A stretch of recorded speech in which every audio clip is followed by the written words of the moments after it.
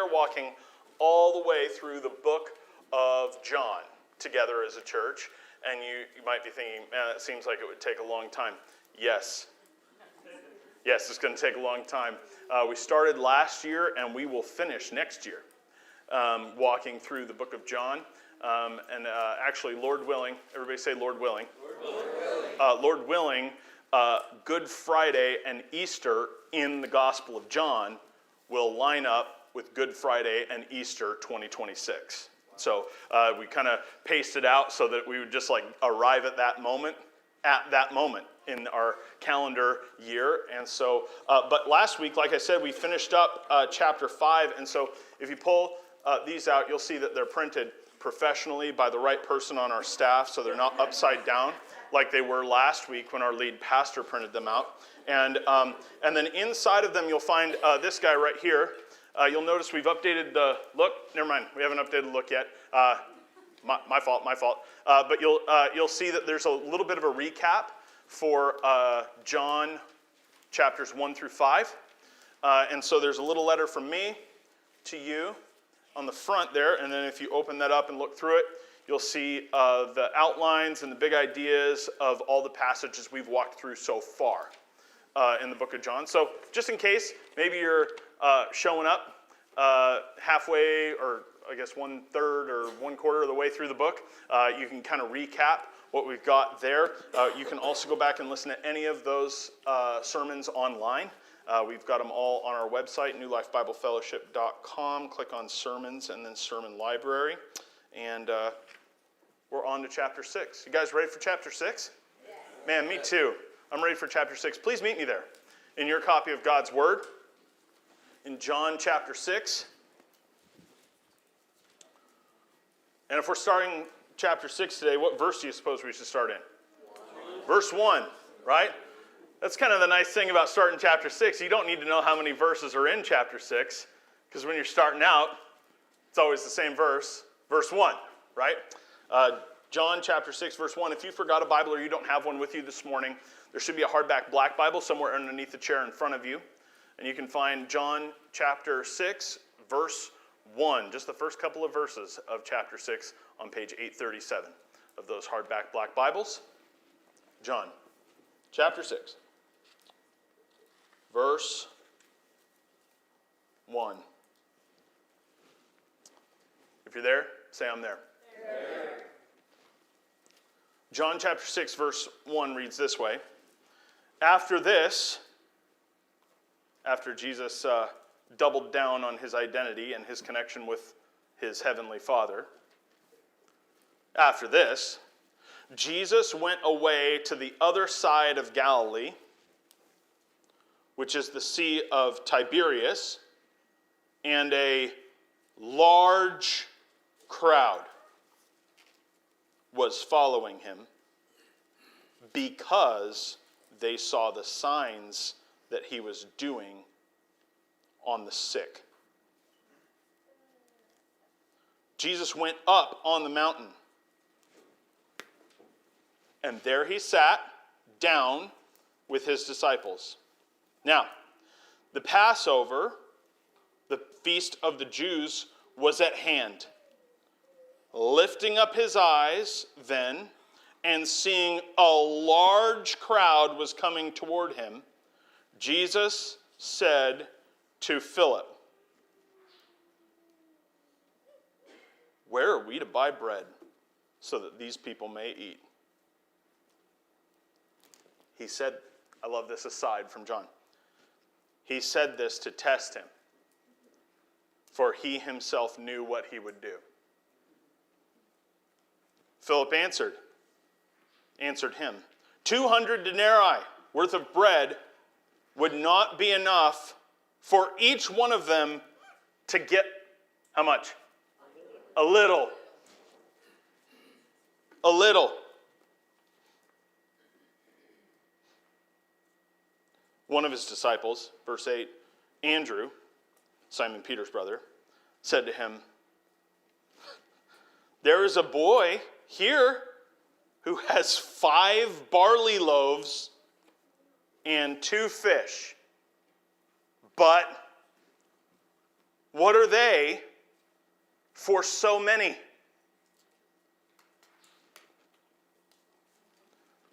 I think it's a rhetorical question, but the answer is not much. Not much. In fact, I'd like to title the message that.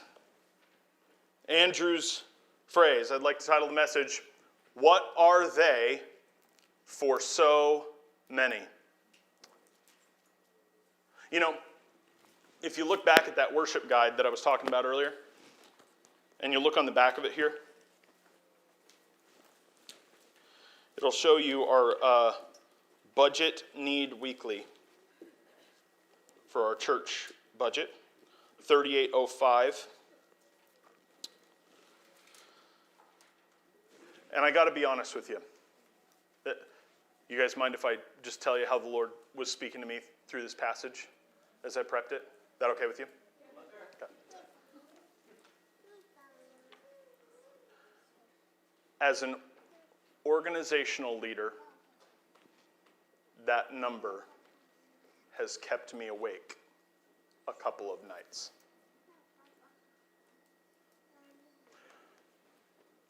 That has a vision for our church to grow this year. And sometimes, as one of our elders, as our lead pastor, I feel like I'm sitting on a hilltop with Jesus, watching some need approach.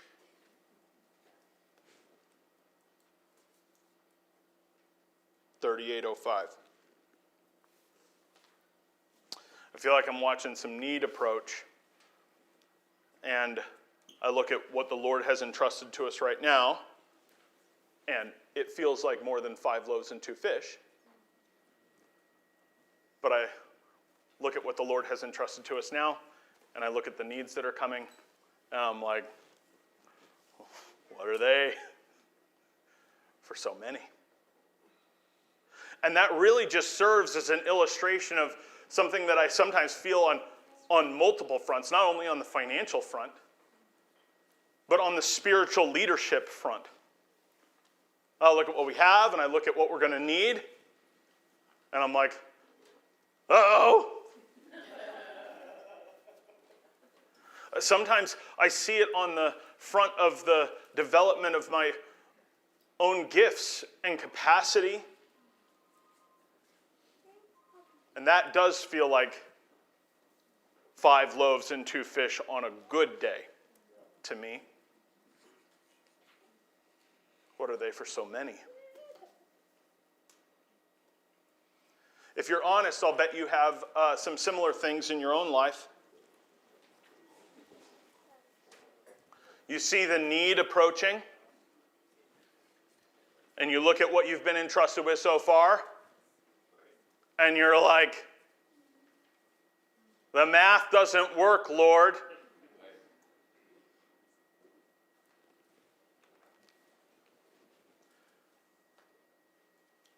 And it's not like you've got like 5,000 people knocking on your door. Imagine the immediacy. I mean, like, if I was Philip in this, well, I'm Philip, but if I was this Philip in this passage, if I was Philip in this passage, and Jesus turned to me, he's like, hey, what are we going to do? I'd be like, are you talking to me? What do you mean, what are we going to do? Man, why is Jesus honing in on this? Why is Jesus pressing into the obvious need of this moment?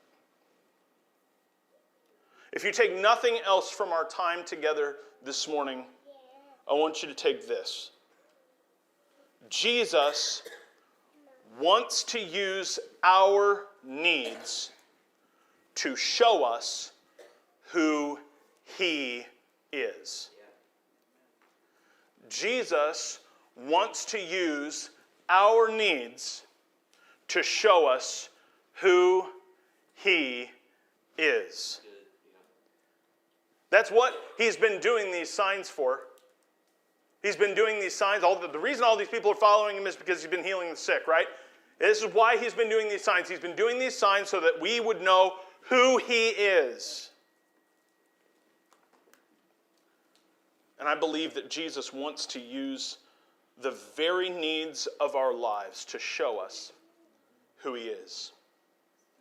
Notice I did not say Jesus wants to use our needs to make us more comfortable.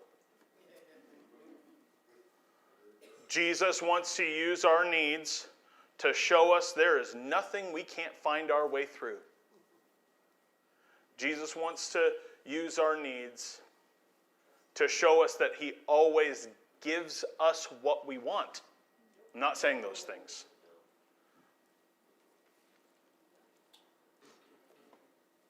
Jesus wants to use our needs to show us who he is. And I believe the first thing that we see in this passage is that he sees opportunities where we only see obstacles. Jesus wants to use our needs. I'm looking into the eyes of some people with needs right now. And Jesus wants to use our needs to show us who he is. And the first move in this passage where he's doing that is to show us that he sees opportunities where we only see obstacles. Verse 1, chapter 6, verse 1 again. After this, Jesus went away to the other side of the Sea of Galilee, which is the Sea of Tiberias, and a large crowd was following him because they saw the signs that he was doing on the sick. That'll build a followership quick. Right?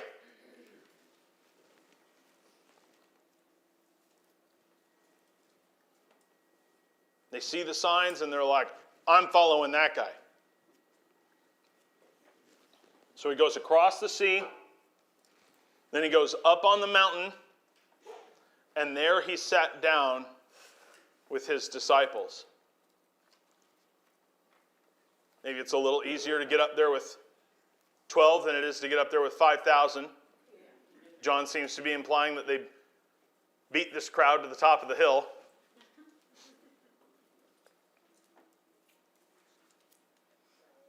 Verse 4, John inserts, most likely for the clarity of his readers, like, wait, why are this many people even around right now?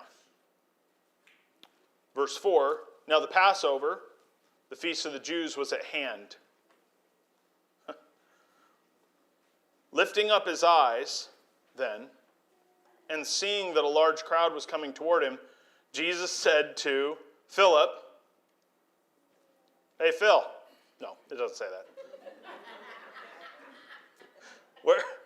Where are we to buy bread so that these people may eat?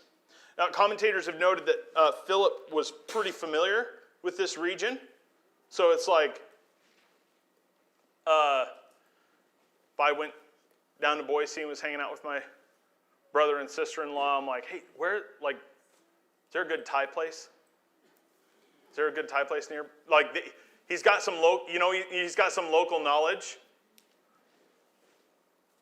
By the way, there is. It's Pad Thai House on Overland.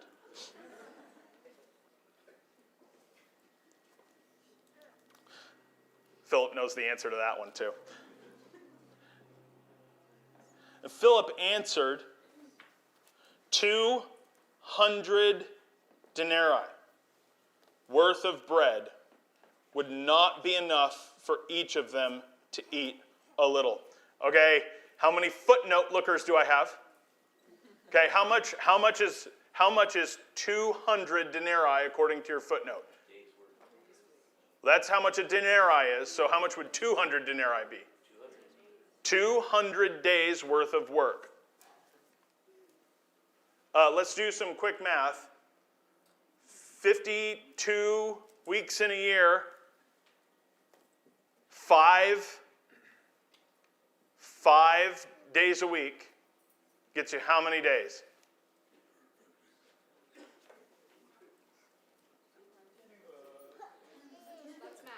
Come on, you can do it. 260. Yep. About 260. Maybe there's some vacation. It's almost a year of wages. The median household income in Caldwell right now is estimated to be somewhere around $55,000 a year. So Philip's saying, hey, with a year's worth of wages, these people can have a little bit. Now, do you notice how little it took for Philip to take his eyes off of who he is with and for him to put his eyes on the need? Do you see that? He is not seeing the need in light of who Jesus is. It's not a secret. Jesus just made a kid who was dying not dying anymore. Jesus just made a paralytic who had been paralyzed for 38 years walk again. And I think there was maybe somewhere in Jesus' heart that he was hoping Philip would say, why don't you tell me? You know. I don't know. Maybe the same place that guy got his walking. Maybe the same place that kid got his healing. Maybe that place can meet the need. But he doesn't do that. He sees obstacles where Jesus sees opportunities. And it says that Jesus is doing all this to test them because he already knew what he was going to do. Then another one. I love this. Verse 8. One of his disciples, Andrew, Simon Peter's brother, said to him, there's a boy here who has 5 barley loaves and 2 fish. But what are they for so many? What are they for so many? Do you see him qualify it? You see him qualify it? Like, I got to be honest. If I was one of the disciples and I heard Andrew say that, I'd be like, hey, no bad ideas allowed right now, okay? We're trying to figure this out. Right? Like, don't even waste our time with that. That's like a lunchbox. Like, that's not helping. It's not helping. Because from an earthly perspective, his suggestion makes absolutely no sense. And it's part of the reason that I actually credit Andrew. I think he's got like a little bit of faith here. He's like, well, I mean, I guess if we're taking inventory of food, there's food here. Right? But then he hedges it afterwards. I know that's a stupid idea. Right? What's that going to, that's not going to do anything. Maybe if I was one of the disciples, I'd call one of the loaves. Right? Just because not everybody's going to eat doesn't mean I can't eat, right? This is going to be okay.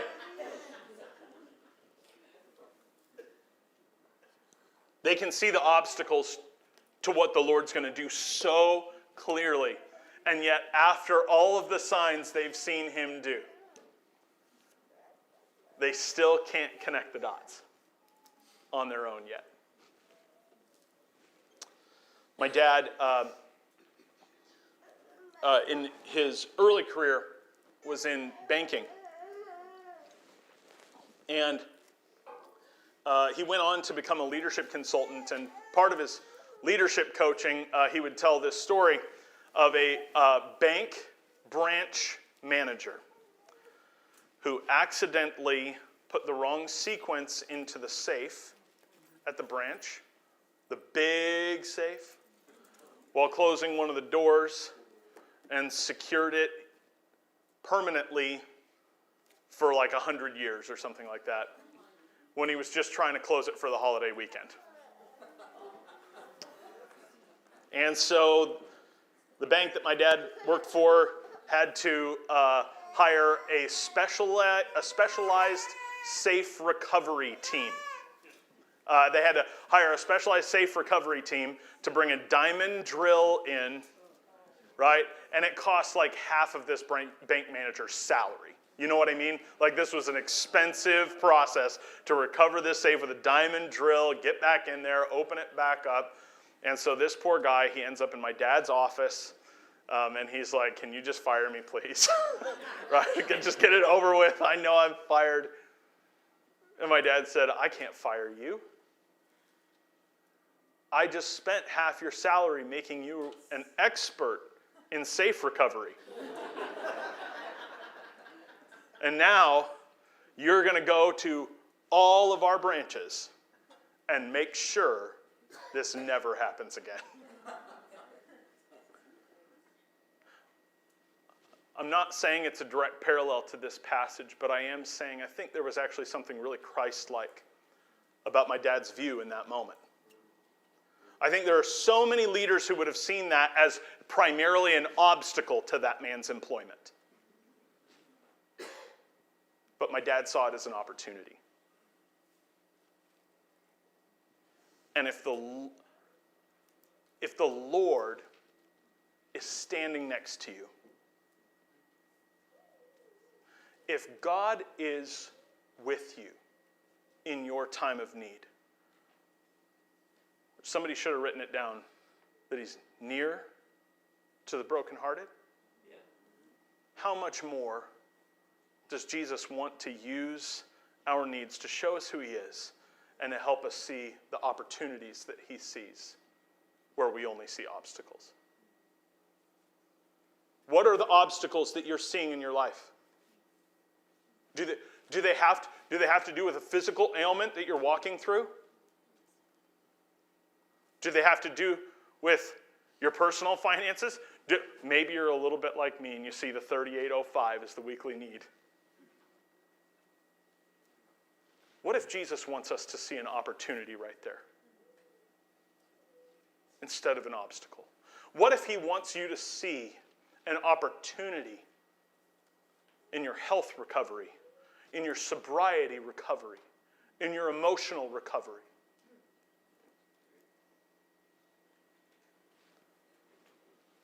Jesus sees opportunities where we only see obstacles.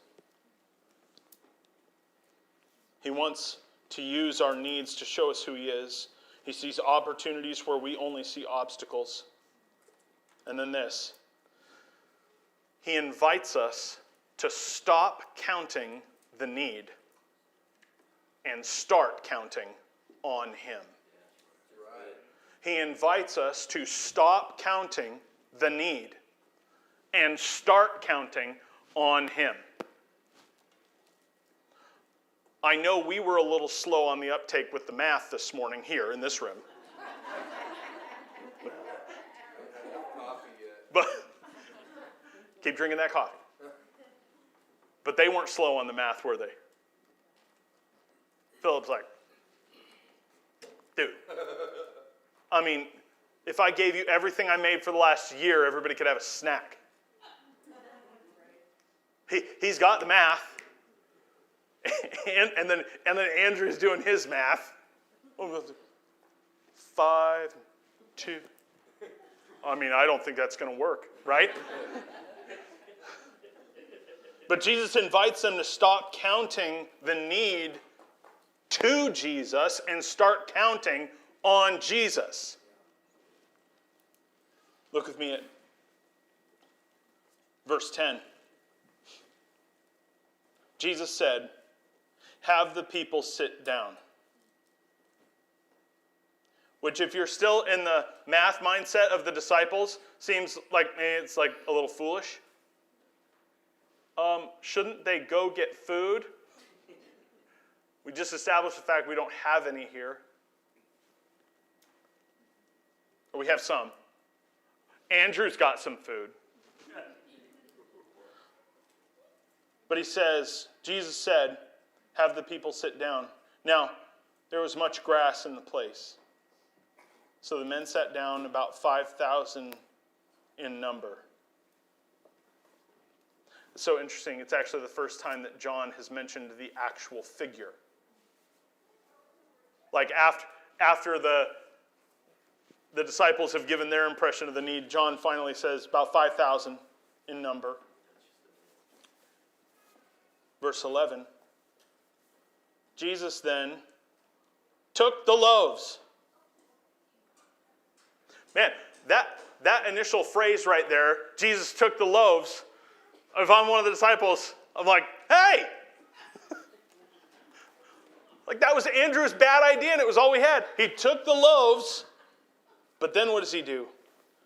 And when he had given thanks, he distributed them to those who were seated. So also the fish, as much as they wanted. Real quick. Distributed to those who were seated. He had everybody sit down. 5,000 in number. He had everybody sit down and he distributed 5 loaves to those who were seated. And then the fish also, as much as they wanted. But the very first thing that happens in these 2 verses is that Jesus gives a command and the disciples do it. They may not have been walking with Jesus long enough to have a reflex to trust that he's going to provide when the need arises. But they've been walking with him long enough to have an obedience reflex when he says, do this. I'm not saying they always have it. I guess the same could be true of some disciples at 1219 South Kimball this morning. But they've got a reflex to stop counting the need and start counting on Jesus. To trust him. To trust him that if they do the simple step of obeying, that Jesus is going to take care of what needs to be taken care of.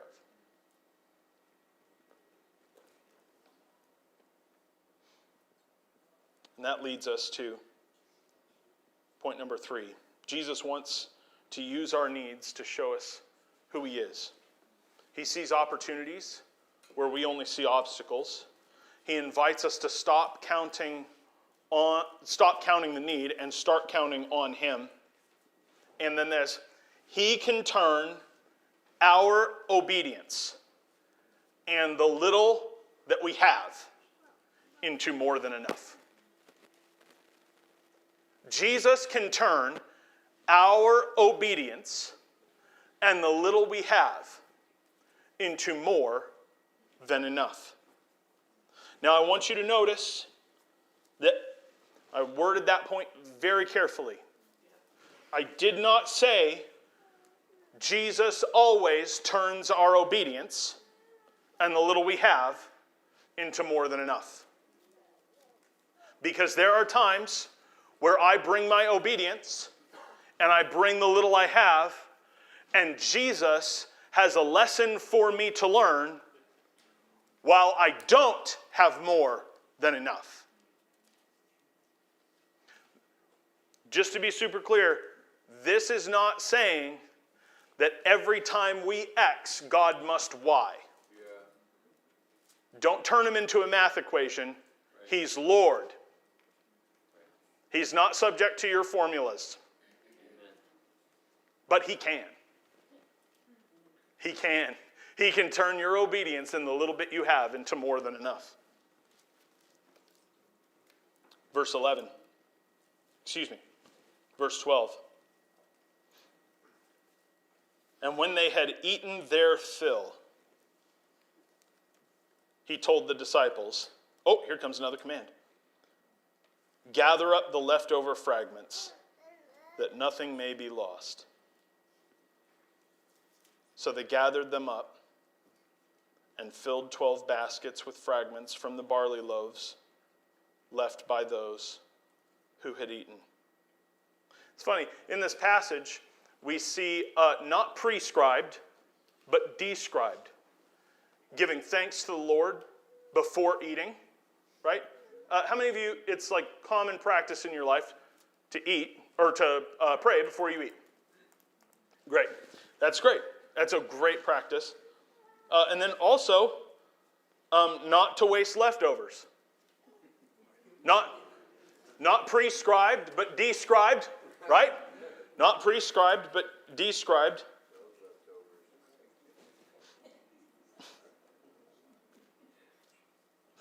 Don't. Okay, you leftover lovers? Don't be a Pharisee about those leftovers, all right? And also, let's not be Pharisees about like, well, if we don't pray before we eat, we're going to have to learn the Heimlich maneuver because you're going to choke on it or whatever. Like, that's not what's in this passage.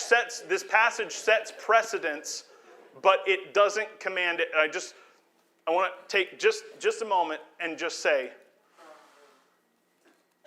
if you have made a habit out of praying before you eat, and your prayers are rote and thoughtless, and then going through emotion,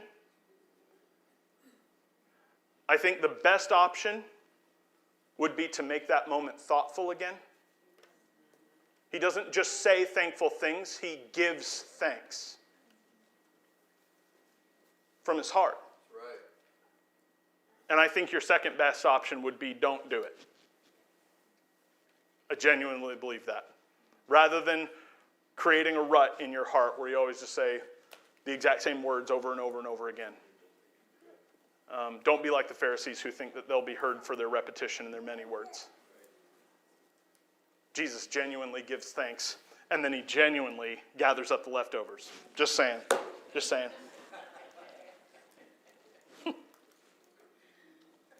Gather the leftover fragments that nothing may be lost. So they gathered them up and filled how many baskets? 12 baskets with fragments from the 5 barley loaves left by those who had eaten. That's crazy. That's a lot of leftovers. Isn't it interesting that there's 12 baskets of leftovers and how many disciples with him?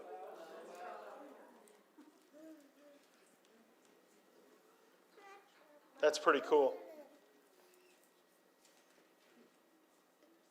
And so you better believe after they obeyed about have everybody sit down, you better believe when he says, go gather it up. They're like, oh, yes, sir. Yeah, like it. More of the same, please, because Jesus can take our obedience and the little bit that we have and make it more than enough. Now, I got to tell you, I got permission to say this. While I was wrestling through this passage in my own heart, my own application, and our church budget, like while I was working on it, and maybe more significantly, while it was working on me, I get a phone call from someone who's like, hey, we came into some significant money and I'm sending you a check. Just want to let you know. To our church.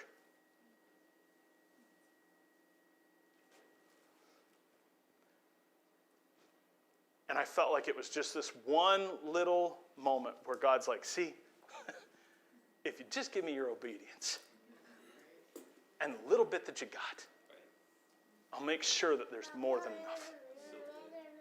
He's so good like that. And the person who called me had no clue I was walking through that moment right then. So I promised I wouldn't give any identifying markers. I said, you got to let me share this with everybody. He will. He can. Turn our obedience and a little bit that we have into more than enough. Still 2 verses left. Only one more point, though. Jesus wants to use our needs to show us who he is. He sees opportunities where we only see obstacles. He invites us to stop counting the need and to start counting on him. He can turn our obedience and the little we have into more than enough. Lastly, this warning. We can see all Jesus does and miss all that he is.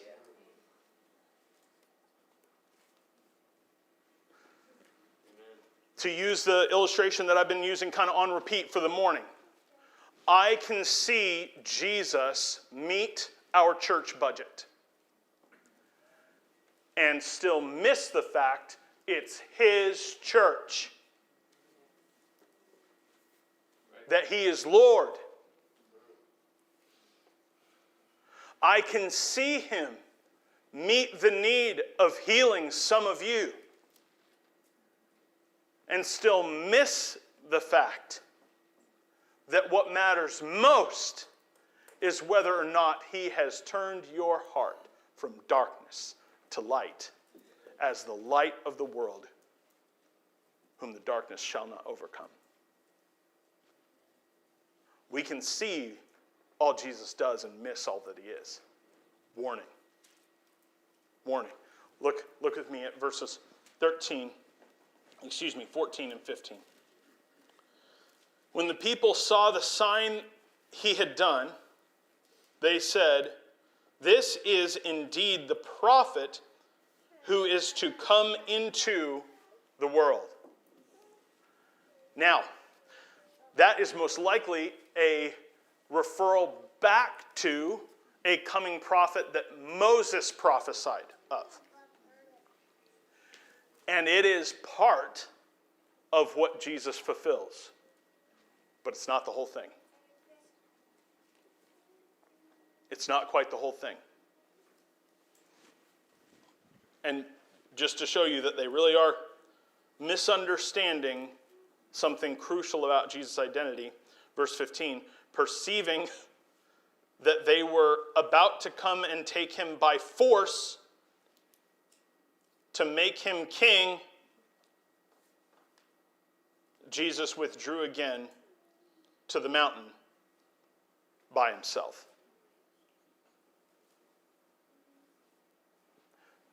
Two problems with the people trying to come and make Jesus king.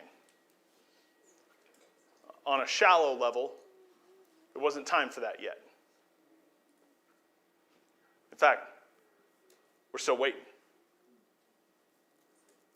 Make no mistake, there is a time coming where Jesus will return. The government will be on his shoulders, and he will set right the things of this world. He's coming as king. But it wasn't time for that yet. On a deeper level, he was already king.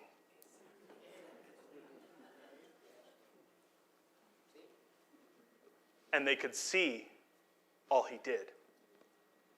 But they missed all that he was. They couldn't see. Maybe the guy who turns the kids' lunchbox into a buffet for 5,000 and their families has the authority already. See, they can see what he's doing, but they're missing who he is.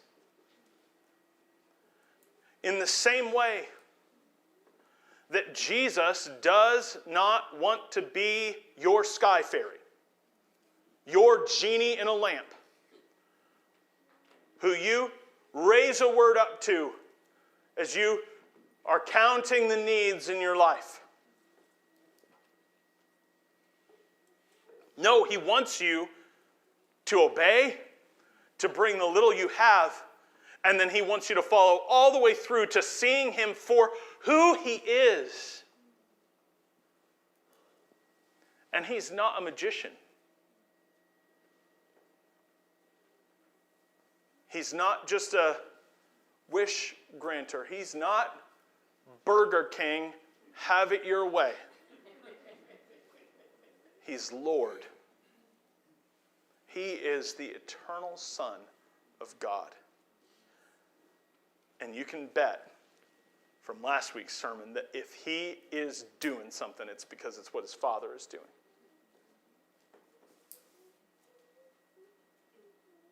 It's the thing that makes me nervous for some of our brothers and sisters in the signs and wonders crowd. Man, God, sometimes he heals, and sometimes he provides, and sometimes it's miraculous. But let's never clap louder for the healing of a physical ailment, or the healing of a relationship, or the healing of a bank account than we clap for somebody surrendering their life to Jesus Christ. Man, that's right. And following him as their Lord and Savior. Let's not clap louder for all those aforementioned things than we do for watching the fruit of the Spirit bear out in someone's life. Man, that is near and dear to the mission of our church. Man, I just want to preach John 15 so bad right now. Can I have one verse? In this my Father is glorified, that you bear much fruit and so prove to be my disciples.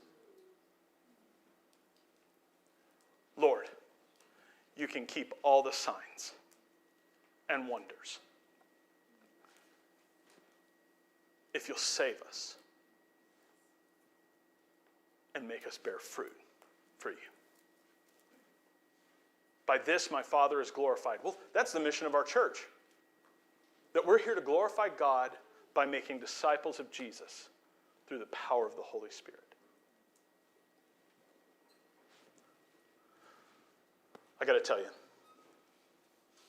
I believe that Jesus is going to give us more than enough this year as a church. On all the fronts that I mentioned, not only financial.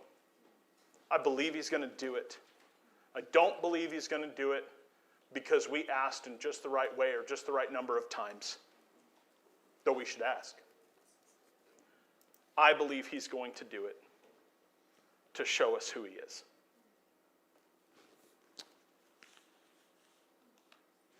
How about for your life?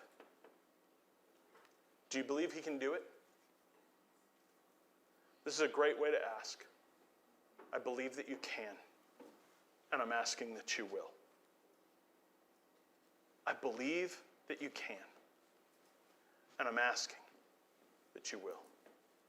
Would you take a moment right now and lift up whatever the need is that you've been counting, whatever the obstacles are that you've been seeing above the opportunities, whatever it is that you've said, man, I've only got a little bit. Would you lift that up to the Lord right now and say, I know that you can. I'm asking that you will.